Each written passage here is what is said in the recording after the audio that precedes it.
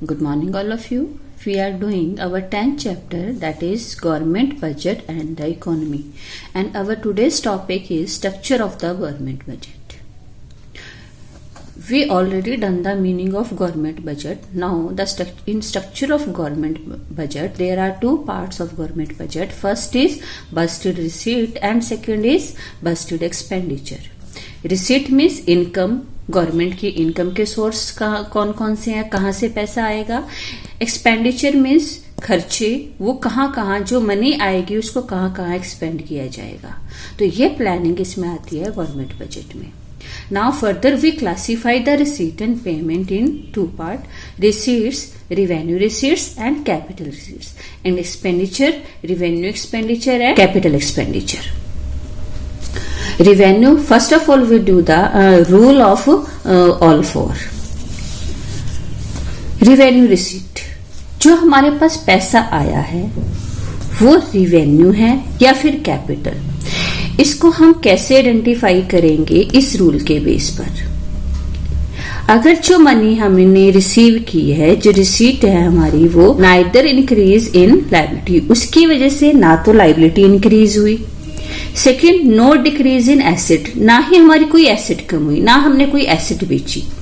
Liability means borrowing, means ना तो हमने कोई लोन लेने से हमारे पास पैसा आया, सेकेंड ना हमने कोई एसेट सेल की, मतलब हमारे पास कोई प्रॉपर्टी थी वो सेल कर दी, उससे पैसा आया. तो दोनों में से कोई भी कंसेप्ट नहीं है, फिर भी हमें मनी रिसीव हो रही है, तो वो किस में आएगी? रेवेन्यू रिसीप्ट में. Second capital receipt. Capital receipt में क्या है? आइदर इंक्रीज इन लायबिलिटी और डिक्रीज इन एसेट. मनी हमारे पास कहां से आई है? या तो हमने लोन लिया है, लोन लेना मतलब हमारी लायबिलिटी इंक्रीज हुई है, ठीक है. सेकेंड डिक्रीज इन एसेट, या हमने अपनी कोई एसेट सेल की है, एसेट को सेल करने से जो मनी आई है वो किस में आएगी?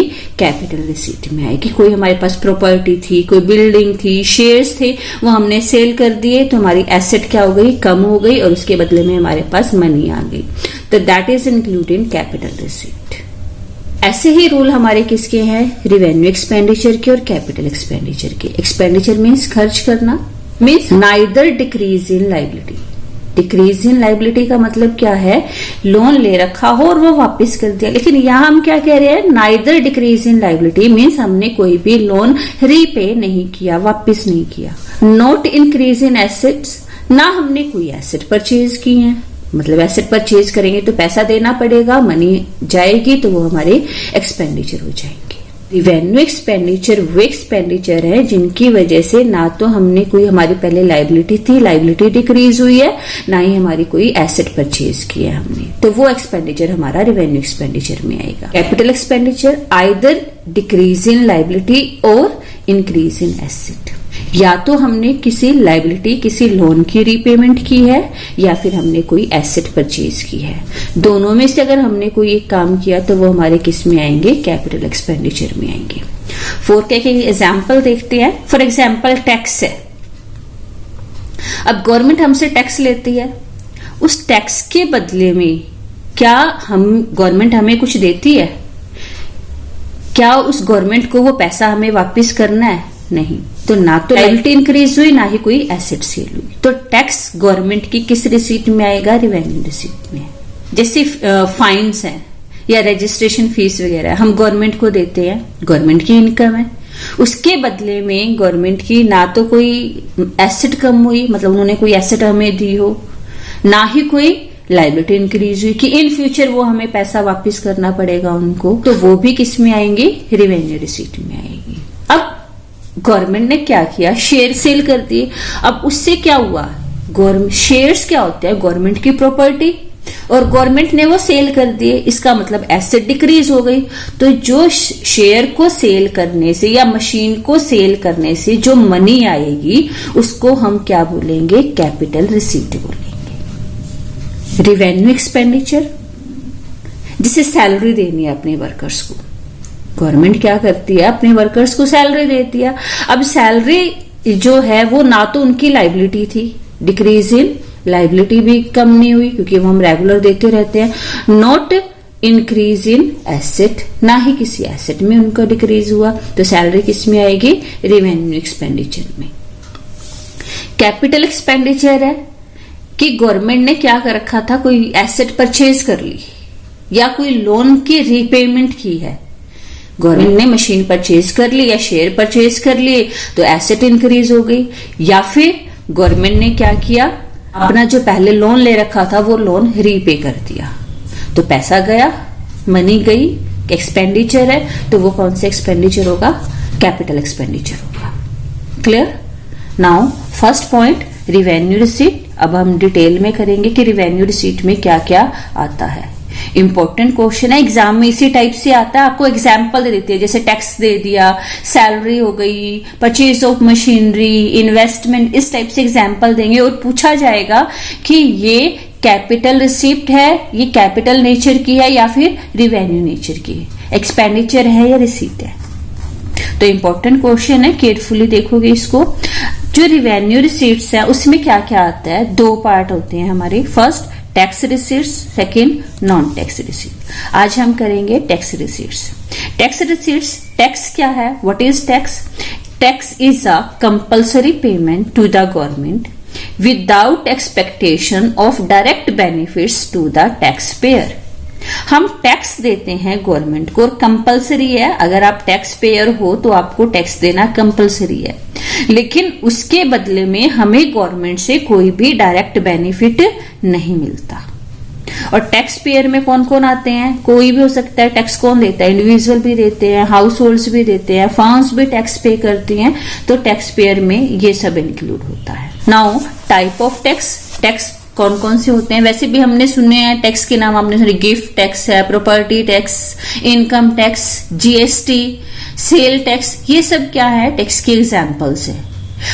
अब करेंगे हम टाइप ऑफ टैक्सेस। टैक्सेस कितने टाइप के होते हैं, टैक्सेस 6 टाइप्स के हैं हमारे बेसिकली यहाँ पर। First is progressive tax. Progressive tax क्या है, which increase with increase in income.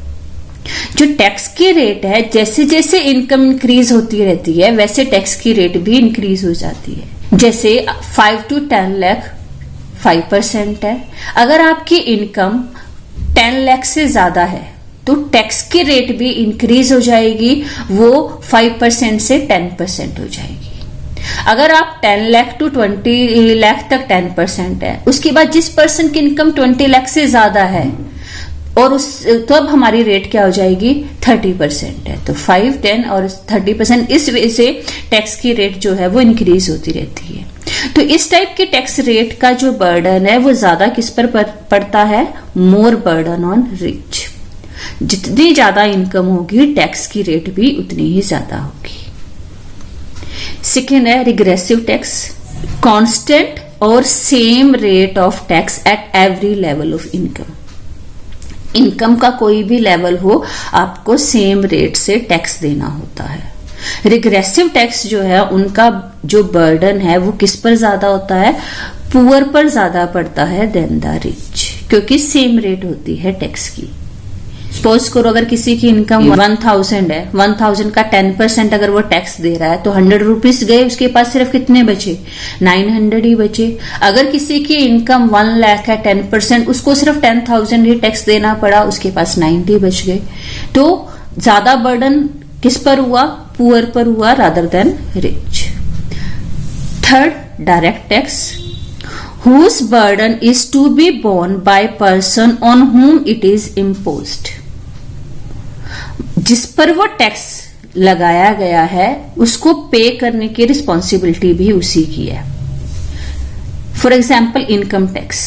Income tax अगर मेरी इनकम है उस पर टैक्स मैं ही दूंगी, मैं उसके बर्डन को किसी और पर ट्रांसफर नहीं कर सकती। Indirect tax, whose burden can be shifted to another person. मतलब टैक्स तो देना तो मुझे है, लेकिन मैं वो किसी उसका बर्डन को मैं किसी और पे ट्रांसफर कर सकती हूँ। जैसे जीएसटी है, देना तो प्रोड्यूसर को है, लेकिन वो कलेक्ट किससे करता है, कंज्यूमर से कलेक्ट कर लेता है। तो इस वजह से वो अपने बर्डन को दूसरे पर शिफ्ट कर देता है। तो इनडायरेक्ट टैक्स के example GST, excise duty, custom duty etcetera. Fifth point value added tax. Value added का मीनिंग हम ऑलरेडी पहले भी हमारे सेकंड थर्ड जो चैप्टर है, फर्स्ट यूनिट है, उसमें हम कर चुके हैं। वैल्यू ऐड करना, जैसे आपने वीट है, वीट से फ्लोर बनाया तो उसने 100 की वीट थी, जब फ्लोर बनकर रेडी हुआ वो 120 का हो गया, तो वैल्यू एडिशन कितना हुआ? 20 रुपीज का।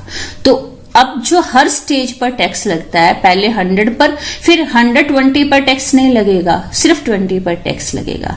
That is known as value added tax, which is imposed on value added at the various stage of production, like GST. GST भी क्या लगता है? होल अमाउंट पर नहीं लगता, वेरियस स्टेजेस पर लगता है। 6th है हमारा specific tax, when tax is levied on the basis of units, size, weight और अ कमोडिटी।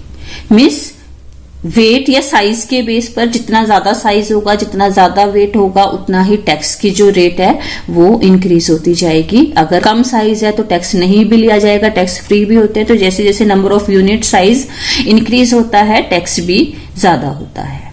तो these are the various type of tax. Prepare the notes and learn them.